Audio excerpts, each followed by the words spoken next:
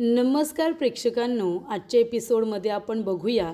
इथे शिवांगी म्हणत असते की ये मितेश, लवकर इकडे ये, आज मी तुला सोडणार नाही आहे, तुला मारून माझ्या मनातली शांतता मी आज कमी करणार आहे, असं शिवांगीचं म्हणणं असतं।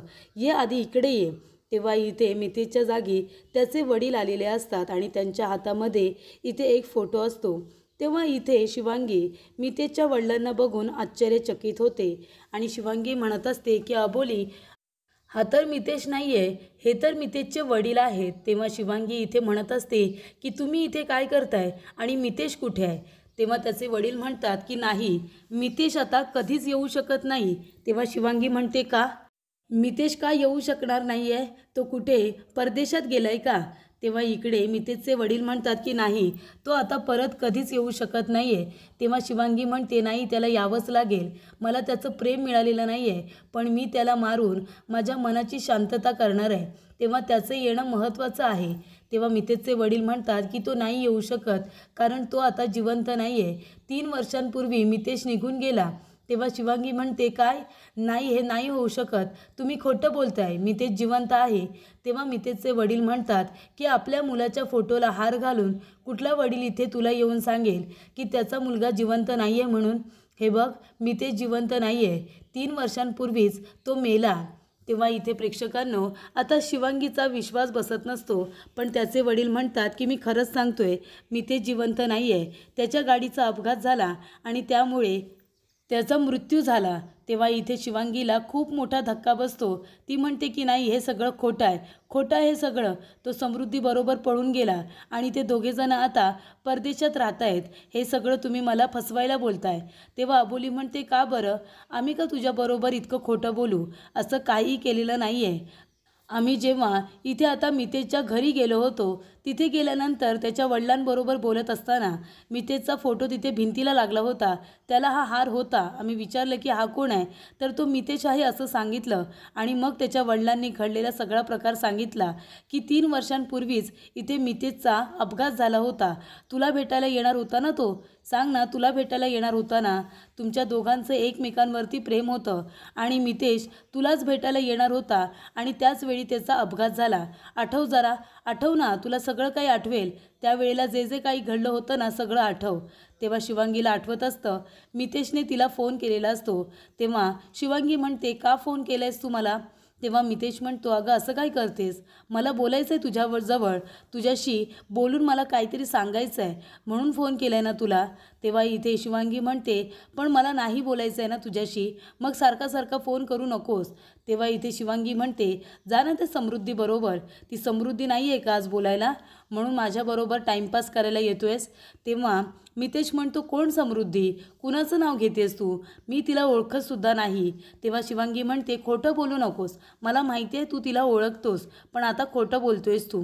तेव्हा तुझं माझ्यावरती प्रेमच नाही आहे रे, तुझं त्या समृद्धीवरतीच प्रेम आहे, म्हणून तर तिच्याबरोबर बाहेर फिरायला वगैरे जातोस ना। तेव्हा इथे मितेश म्हणत असतो हे बघ शिवांगी, माझं फक्त तुझ्यावरती प्रेम आहे आणि त्याच्यामुळे मला तुला भेटायचं आहे आणि तुला काहीतरी सांगायचं आहे, तू मला भेट तर खरं। तेव्हा इथे शिवांगी म्हणते बरं ठीक आहे, मी तुला भेटायला तयार आहे, पण ती शिवांगी माझ्यासमोर येता कामा नये, नाहीतर मी तिला सोडणार नाही। तेव्हा तो म्हणतो अगं का तू माझ्यावरती संशय घेतेस, असं काहीही नाही आहे, मी एकटा तुला भेटायला येणार आहे आणि माझ्या मनातलं महत्त्वाचं तुला सांगणार आहे। तेव्हा शिवांगी म्हणते हो, तो मला भेटायला येणार होता ना मला भेटायला, मी सुद्धा वेड्यासारखी त्याची वाट बघत होते, पण तो नाही आला, तो नाही आला मला भेटायला, मी तिथे वाट बघत बघत कंटाळले, तरीसुद्धा तो नाही आला। तेव्हा अबोली म्हणते हो, तो नाही आला, कारण तो तुला भेटायला येत असतानाच त्याच्या गाडीचा अपघात झाला, तो हॉस्पिटलमध्ये ॲडमिट होता आणि तो जगला नाही, त्याच अपघातामध्ये त्याचा मृत्यू झाला। तेव्हा इथे अबोली म्हणते शिवांगी, तू त्याच्यावरती संशय घेत होतीस ना? अगं त्यालासुद्धा लग्न करायचं होतं तुझ्याबरोबर, त्याने त्याच्या वडिलांना कन्व्हिन्स केलं होतं, त्याचे वडील या लग्नाच्या विरोधात होते, पण शेवटीला त्यांना कन्व्हिन्स केलं आणि तीच आनंदाची बातमी सांगण्यासाठी तो तुला येत होता, पण त्यावेळेलाच त्याचा अपघात झाला। तेव्हा शिवांगी म्हणते नाही, तू खोटं बोलतेस अबोली माझ्याबरोबर, तुम्ही सगळेजण खोटं बोलताय, तुम्हाला माझ्याकडून खरं वधवून घ्यायचं आहे ना, म्हणून मला या सगळ्या खोट्यामध्ये अडकवताय तुम्ही। तेव्हा अबोली म्हणते ठीक आहे, तुझा विश्वास बसत नाही आहे ना माझ्यावरती, मग हे बघ ना पुरावा म्हणून तुला मितेशचं डेथ सर्टिफिकेटसुद्धा दाखवायला आणले. हे बघ, हे आहे मितेशचं डेथ सर्टिफिकेट. तेव्हा अबोली ते डेथ सर्टिफिकेट शिवांगीच्या हातामध्ये देते आणि तिला बघायला सांगते. तेव्हा शिवांगीसुद्धा ते डेथ सर्टिफिकेट बघून तिला खूप मोठा धक्का बसतो, कारण तिला सत्य कळलेलं असतं की मितेश खरोखर जिवंत नाही आहे. त्याचा अपघात झाला, तो हॉस्पिटलमध्ये ॲडमिट होता आणि त्यानंतर त्याचा मृत्यू झाला आणि 3 वर्षांपूर्वीचं ते डेथ सर्टिफिकेट आहे आणि ते बघितल्यानंतर शिवांगीची खात्री पटलेली असते.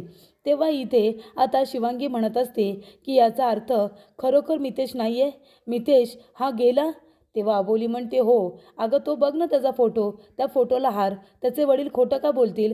म्हणजे आपल्या मुलाच्या, जिवंत मुलाच्या फोटोला हार घालून त्याचे वडील म्हणतील की आता त्यांचा मुलगा नाही आहे म्हणून, का तर तुझ्याकडून खरं बदलून घ्यायचं आहे म्हणून आम्ही एवढं मोठं खोटं बोलू. तेव्हा इथे अबोली म्हणते की ज्या मितेशवरती तू अविश्वास दाखवलास ना, कुठल्या तरी समृद्धी नावाच्या मुलीचं नाव घेऊन, अगं तुला माहिती आहे का, त्याचं कुठल्याही मुलीबरोबर प्रेम नव्हतं. त्याने त्याच्या वडिलांना कन्व्हिन्स केलं होतं तुझ्यासाठी, हो की नाही सर? सांगा, तुम्ही हिला सांगा.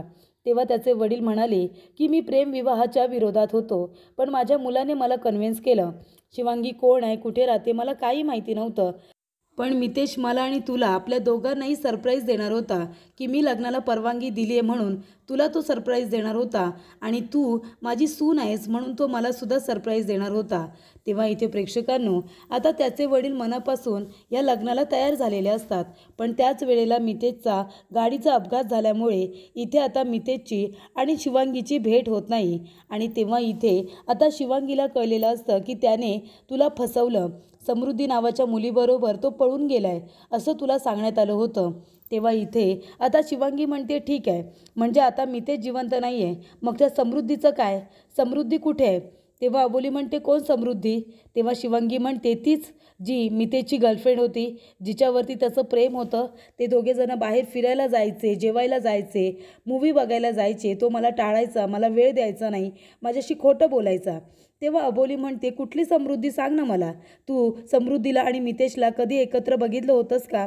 समृद्धी कशी दिसते तुला माहिती आहे का? तेव्हा इथे शिवांगी म्हणते, नाही ना, मला नाही माहिती ती समृद्धी कशी दिसते, कारण मितेशने मला तिला कधी दाखवलंच नाही, कधी समोर नाही आणलं मला. कारण का, त्याला माहिती होतं जर ती समृद्धी माझ्या समोर आली ना तर मी तिला मारून टाकेन रागाच्या भरात. त्याला माहिती होतं म्हणून तो घाबरला आणि म्हणूनच समृद्धीची आणि माझी कधी त्याने भेट नाही घालून दिली. तेव्हा इथे अबोली म्हणते, शिवांगी ते सगळं जाऊ दे, तू मितेशला आणि समृद्धीला कधी एकत्र बघितलं होतंस का ते आधी सांग. त्या दोघांना बाहेर फिरताना एकत्र बघितलं होतंस? समृद्धी मितेशबरोबर बोलताना बघितलं होतंस म्हणून तू हे सगळं बोलतेस? तेव्हा इथे आता शिवांगी म्हणत असते, नाही, मी त्यांना एकत्र बघितलेलं नाही आहे, पण समृद्धी होती, तिच्याबरोबरच तो लग्न करून पळून गेला. तेव्हा इथे अबोली म्हणते, कीव येते मला गं तुझी, खरंच मला कीव येते तुझी. इतकी मूर्ख कशी काय असू शकतेस तू? म्हणजे ज्या मुलाच्या आयुष्यामध्ये समृद्धी नावाची मुलगीच नाही आहे, ज्याच्यावरती तुझं वेड्यासारखं प्रेम होतं, त्याच्यावरती तू संशय घेतलास. त्याच्या आयुष्यामध्ये समृद्धी नसताना तू त्याला टॉर्चर केलंस की तुझं एका मुलीवरती प्रेम आहे. अगं त्याने तुला सांगितलं होतं ना त्याचं तुझ्यावरती प्रेम आहे. तुला भेटून तो सांगणार होता की बाबांनी लग्नाला परवानगी दिली आहे आणि म्हणून तो तुला भेटायला येत होता, पण तू तरीसुद्धा त्याच्या बोलण्यावरती विश्वास ठेवत नाही आहेस. तुला कुणी सांगितलं की इथे समृद्धीवरती मितेशचं प्रेम होतं म्हणून? तेव्हा इकडे शिवांगी म्हणते की दीपाली खोटं बोलणार नाही आहे. दीपालीने मला सांगितलं होतं की त्याचं समृद्धी नावाच्या मुलीवरती प्रेम आहे आणि ते दोघेजणं बाहेर फिरायला वगैरे जातात. तेव्हा अबोली म्हणते, अगं दीपालीने तुला फसवलं. तुझ्या दीपालीने, तुझ्या बहिणीने तुझी फसवणूक केली आहे. जी मुलगी कधी मितेशच्या आयुष्यामध्ये नव्हतीच, त्या मुलीबरोबर तिने तुझ्या मितेशचं नाव जोडलं आणि त्याच्यावरती संशय घ्यायला लावलं तुला. आणि तू सुद्धा मूर्ख आहेस गं. खरंच शिवांगी, तू मला इतकी हुशार वाटतेस, पण तू तर 1 नंबरची मूर्ख निघालीस. तुझ्या बहिणीने, दीपालीने तुला फसवलं, मूर्खात काढलं तुला, कळतंय का? अगं तिने तुला असं सांगितलं की मितेशचं एका समृद्धी नावाच्या मुलीवरती प्रेम आहे आणि ते दोघेजणं पळून गेलेत असं तुला सांगितलं, पण तसं अजिबातच नव्हतं. तुझ्याशिवाय मितेशच्या आयुष्यामध्ये दुसरी कुठलीही मुलगी नव्हती. त्याचं फक्त तुझ्यावरती प्रेम होतं आणि जेव्हा तो तुला सत्य सांगायला येत होता ना, बरोबर त्याच दिवशी त्याच्या गाडीचा अपघात घडला. तेव्हा इथे आता अंकुश म्हणत असतो, आणि तो अपघात नव्हता तर तो घात होता, घात. तर इकडे मितेशच्या गाडीचा घात झाला कारण तुझ्या बहिणीने, दीपालीने त्याच्या गाडीचा अपघात घडून आणला, घात केला तिने. हा घातपात आहे. तेव्हा इकडे अंकुश म्हणतो की दीपालीने हे सगळं मुद्दामून घडून आणलं, तुला खोटं सांगितलं की त्याचं एका समृद्धी नावाच्या मुलीवरती प्रेम आहे, पण तसं काही नव्हतं. मितेश फक्त तुझ्यावरती प्रेम करत होता. अबोली म्हणते, त्या दीपालीने तुला सांगितलं आणि तू लगेच आंधळेपणाने तिच्या बोलण्यावरती विश्वास ठेवलास का? काय खरं काय खोटं याची साधी शहानिशासुद्धा केली नाहीस. खरोखर त्याला तू विचारलंसुद्धा नाहीस का की ती समृद्धी कोण आहे, खरोखर असं आहे की नाही? खरं खोटं केलं नाहीस, फक्त त्याच्यावरती संशय घेतलास तू. तेव्हा अबोली म्हणते, आणि एक गोष्ट तुला माहिती आहे का, दीपालीने तुझा विश्वासघात केला आहे. कारण दीपालीला कधीच हे मान्य नव्हतं की तुझं आणि मितेशचं लग्न व्हावं. कारण का माहिती आहे का? कारण त्या दीपालीचं मितेशवरती प्रेम होतं. तिला मितेशबरोबर लग्न करायचं होतं. तिला मितेश आवडत होता. कारण मितेश तुझ्यावरती प्रेम करत होता ही गोष्ट तिला सहनच झाली नव्हती. आणि मितेश आणि तुम्ही दोघांनी एकत्र येऊ नये, तू मितेशचा राग करावास, त्याच्यावरती अविश्वास दाखवावास, त्याच्यावरती संशय घ्यावास आणि त्याला रागाच्या भरामध्ये सोडून द्यावंस. एका दुसऱ्याच मुलीवरती त्याचं प्रेम आहे असं तिने तुला भासवलं आणि तू त्याच्यावरती संशय घ्यायला लागलीस आणि त्यामुळे तुमच्या प्रेमामध्ये दरार निर्माण झाली. तू त्याच्यावरती अविश्वास दाखवलास आणि त्याच्यापासून दूर राहण्याचा प्रयत्न केलास आणि इथे तो तुला इतकं समजवत होता तरीसुद्धा तू त्याचं काहीच ऐकलं नाहीस. तो तुला खरं सांगत होता, पण तू मात्र तुझ्या बहिणीच्या खोट्याला खरं समजत होतीस. ती तुला मितेशपासून दूर ठेवण्यासाठी हे सगळं खोटं नाटं बोलत होती. आणि नंतरला तरीसुद्धा एवढं सगळं करूनसुद्धा तुझ्या बहिणीचं इथे काही आता काम होत नव्हतं. कारण मितेश तुला भेटून तुझ्याबरोबर लग्न करणार आहे हे सांगणार होता आणि ही गोष्ट दीपालीला कळली आणि तेव्हाच दीपालीने इथे आता मितेशच्या गाडीचा अपघात घडवून आणला. तेव्हा इथे प्रेक्षकांनो, इथे आता शिवांगी घाबरलेली असते. शिवांगी म्हणते, अरे देवा, ह्या अबोलीने आता सगळं काही शिवांगीच्या समोर माझं सत्य आणलं. म्हणजे माझं मितेशवरती प्रेम होतं ही गोष्टसुद्धा आता इथे अबोलीने शिवांगीला सांगितलेली आहे. तेव्हा इथे शिवांगीसुद्धा दीपशिकाकडे बघायला लागते, कारण तिचा विश्वासच या गोष्टीवरती बसत नसतो. तेव्हा इथे अबोली म्हणते, शिवांगी, तरीसुद्धा तुझा विश्वास बसत नाही आहे ना? विचार कर जरा, सगळ्या गोष्टी आठव. तुझ्या बहिणीने तुला कसं कसं आणि काय काय सांगितलं, कसं फसवलं. जर तुझी बहीण खरं बोलत असती तर तिने एक पुरावा तरी दाखवलं का? मितेश आणि समृद्धीचा फोटो एकत्र तुला कधी दाखवला? तर इथे समृद्धी नावाची कुठली मुलगी आहे तिला तरी तुला कधी दाखवलं का? मग जर तुझी बहीण हे सगळं तुला खरं खरं सांगत होती तर मग एकदासुद्धा तिने समृद्धीची भेट का घालून दिली नाही तुला? बरोबर की नाही? जर दीपाली तुझी बहीण तुला सांगत होती की इथे मितेशचं आणि समृद्धीचं प्रेम आहे, तर मग ते दोघेजण एकत्र असतानाचा तिने त्यांना एकत्र बघण्याचा फोटो तरी काढायचा ना, पुरावा म्हणून, की फक्त तोंडाने सांगत होती आणि तू विश्वास ठेवत होतीस? तेव्हा इकडे आता अंकुशने सांगितलेलं असतं की तुझ्या बहिणीने तुला मूर्ख बनवलं आणि तू मूर्ख बनलीस. तुला माहिती आहे का, समृद्धी नावाची बिचारी कुठलीच मुलगी नव्हती. अबोली म्हणते की समृद्धी नावाची मुलगी आहे असं तिने तुला भासवलं आणि तू राग म्हणून बिचाऱ्या सगळ्या समृद्धी नावाच्या मुलींनाच मारून टाकलंस. काय भेटलं तुला हे सगळं करून, सांग ना? रागाच्या भरामध्ये तू किती मुलींचं नुकसान केलंस, त्यांच्या आईवडिलांना आयुष्यभराचा धक्का दिलास, हे कळतंय का तुला? आणि जरी हे सगळं खरं असतं तरीसुद्धा एवढ्या मुलींना मारणं चुकीचंच आहे ना. आपलं प्रेम आपल्याला मिळालं नाही म्हणून त्या मुलीचं नाव का समृद्धी होतं म्हणून तू प्रत्येक समृद्धीला मारशील? याला काय म्हणतात? याला विकृती म्हणतात, विकृती. पण हे बघ, मी जे सांगते ते सगळं खरं आहे. मी ते जिवंत नाही आहे. 3 वर्षांपूर्वी त्याचा अपघात झाला आहे. त्याचे वडील स्वतः इथे तुला सत्य सांगण्यासाठी आले, त्याचा फोटो घेऊन. हे डेथ सर्टिफिकेटसुद्धा मी तुला दाखवलं आहे. आणि समृद्धी नावाची कुठली मुलगीसुद्धा नाही आहे. आता मी तुला फोर्स करणार नाही आहे. तुला जर तुझ्या बहिणीचं त्या मास गर्लचं नाव सांगायचं असेल तर सांग, पण आता तू इथून निघून जा. तेव्हा इथे सावंत मॅडम येतात आणि शिवांगीला तिथून घेऊन जातात. तेव्हा दीपशिका घरी आलेली असते. दीपशिका इथे आता आदळआफट करत असते. ती म्हणते की अबोली, सोडणार नाही मी तुला, सोडणार नाही. सगळं सत्य तू शिवांगीला सांगितलंस. आता शिवांगी माझ्यावरती चिडली असेल. तिला आता कळलं असेल की माझं मितेशवरती प्रेम होतं म्हणूनच मी त्या दोघांना एकत्र येऊ देत नव्हते. आणि आता रागाच्या भरात जर तिने माझं नाव अबोलीला सांगितलं ना तर माझं आयुष्य संपलं, माझं करिअर उद्ध्वस्त होईल, माझं करिअर संपेल. सोडणार नाही आहे मी त्या शिवांगीला काही करून आता गप्प करावं लागणार आहे. पण ती जर फुटली ना, रागाच्या भरामध्ये तिने सांगितलं की हे सगळं मी केलं होतं, मी खरी दीपशिका आहे, तर मात्र माझं काही खरं नाही आहे. मला कुणीही अंकुश आणि अबोलीपासून वाचवू शकणार नाही आहे. तेव्हा अबोली तिथे येते आणि म्हणत असते, काय गं दीपशिका, काय झालं? हे काय तू अवस्था करून ठेवलीस रूमची? असं हे सगळं आदळाफट का करतेस? वस्तू का इकडे तिकडे फेकतेस? तेव्हा दीपाली म्हणते, म्हणजे दीपशिका म्हणते, तुला काय करायचं आहे गं? तू कशाला आली आहेस इथे? हे माझं घर आहे ना, माझ्या घरामध्ये मला जसं वागायचं तसं मी वागेन. तेव्हा इकडे अबोली म्हणते, नाही ठीक आहे, तुला जसं वागायचं आहे तसं तू वाग. अगं पण का? तू अशी का वागतेस ते तरी सांग ना. तेव्हा इकडे आता अबोली म्हणत असते की एक गोष्ट लक्षात ठेव तू दीपशिका, अगं असं करून काही तुझ्या हाती लागणार नाही आहे. तेव्हा ती म्हणते, राग आलाय मला त्या शिवांगीचा राग. एवढ्या दिवस आपण तिला सत्य विचारतोय पण ती सांगत नाही आहे. आणि आता किती गोष्टी बाहेर पडल्या बघितलंस ना तू. हे सगळं ना तुझ्यामुळे झालं अबोली. मी तुला सांगत होते ती शिवांगी गुन्हेगार आहे गुन्हेगार आहे, पण तू विश्वास ठेवला नाहीस ना. आणि शेवटीला काय झालं, तीच गुन्हेगार निघाली.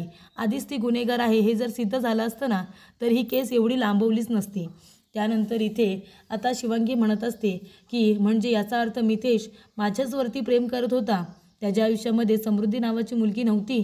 तो फक्त माझ्यावरती प्रेम करत होता. मला भेटायला येत होता बिचारा, मला भेटायला येत होता आणि त्याच्या गाडीचा अपघात घडला.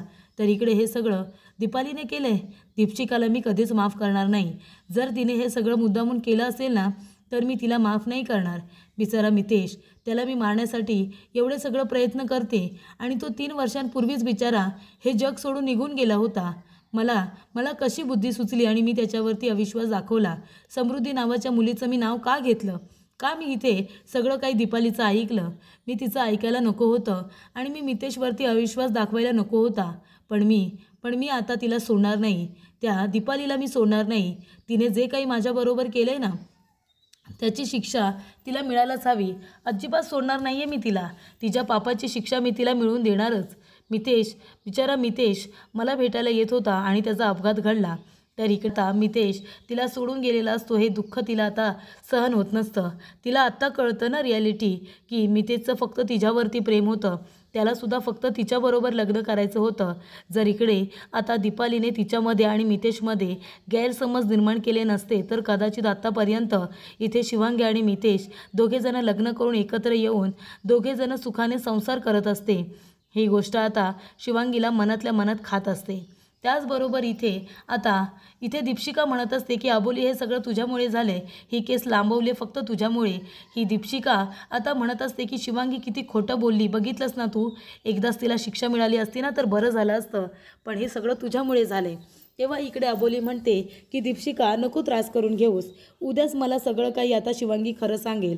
तेव्हा इथे दीपशिका म्हणते, कसं काय? ती तुला का सगळं खरं सांगेल?